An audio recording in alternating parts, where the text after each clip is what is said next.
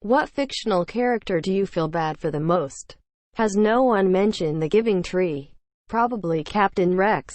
He spent 3 years fighting for the wrong side without even knowing until it was too late. Then all his brothers turned on him. And his one friend through it all was Ahsoka, who he had to say goodbye to.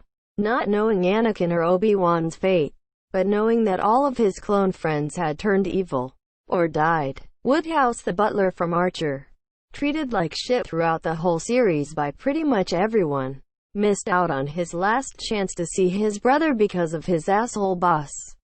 Reduced to living in an empty pool, used as an online prostitute, then died off-screen a penniless and unloved heroin addict. I always felt bad for poor old Edward Scissorhands.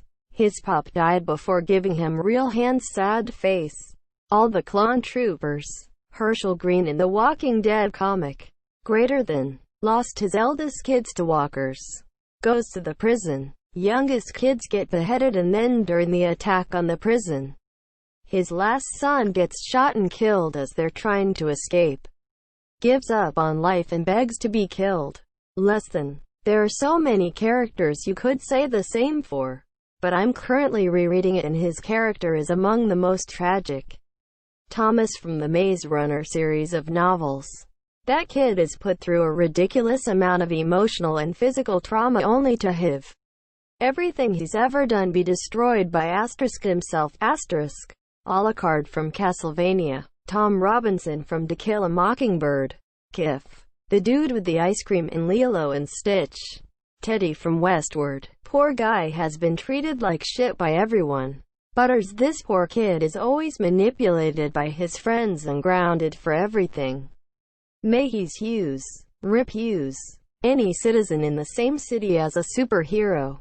At some point that shit has to get old. Honey, an evil villain is going to release toxic gas at 5 p.m. if Pickleman doesn't surrender himself.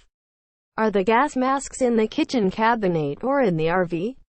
Quote. Edited to add, I legit pulled Pickleman out of my ass and didn't know it was a real thing. Sorry for the unintentional reference. John Marston. John, his wife and his young son lived life on the run in an outlaw gang. It begins to tear itself apart under the pressure of Pinkerton detectives. Spoilers ahead. He's left for dead by the gang's leader. But John pulls through with the help of his dying friend. He sees a chance for his family to run and try to live straight. And they do. John takes up legal work as a ranch hand and a bounty hunter. He gets bank loans approved and now has the money to build a house and barn on a property of his own. John and his wife have the official wedding they never had. He had time to spend with his son and be the dad he never could be before. And the loans get paid off. Life was good, until the Pinkertons arrived. They held his wife and son captive. In exchange for their release, they make John hunt down the remaining gang members. One by one he does, finally taking down his old gang leader with help from the U.S. Army.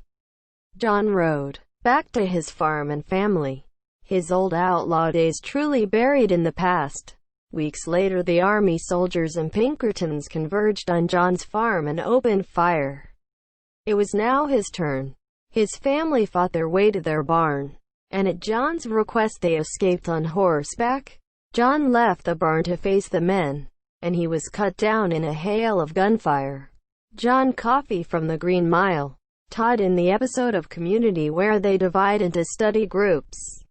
No offense. Sirius Black. Sidney Prescott. She's had, what, 8 different serial killers after her. Pretty much everyone she's known or dated has been brutally murdered. And all because she did nothing. She did nothing to deserve a life of torment.